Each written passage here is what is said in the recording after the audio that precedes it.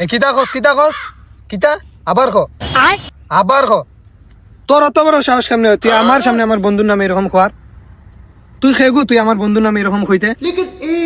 আর কোনদিন যদি আমার সামনে আমার বন্ধুর নামে এরকম কইছস তোর একদিন আমার জয় কদিন লাগে আলা কুলি হালা আবাল সুদা আলা বেরেল তুই কেন আমার বন্ধুর নামে এরকম কইতে